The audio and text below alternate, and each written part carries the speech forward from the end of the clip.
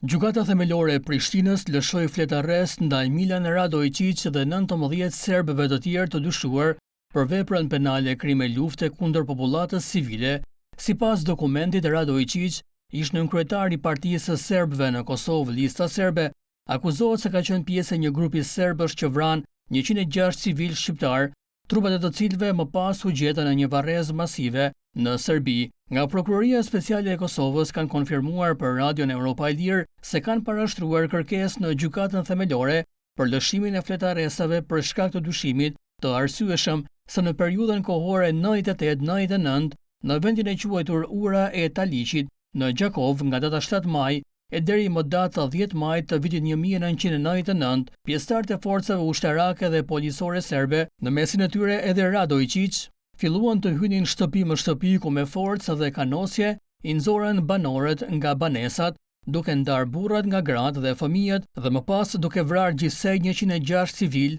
të nacionalitetit shqiptar dhe pas luftës trupat e tyre u gjetën në një varrezë masive në Serbi, thuhet në arsyetimin e flet arrestit.